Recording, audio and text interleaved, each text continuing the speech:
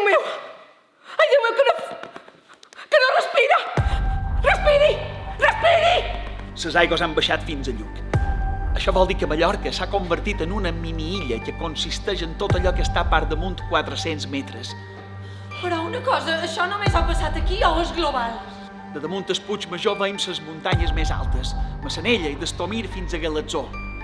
Hem inspeccionat Silla, hem vist el que quedava de Lluc, hem seguit en direcció sud, hem vist Valldemossa en runes i plena de cadàvers en putrefacció que mos sortien a camí.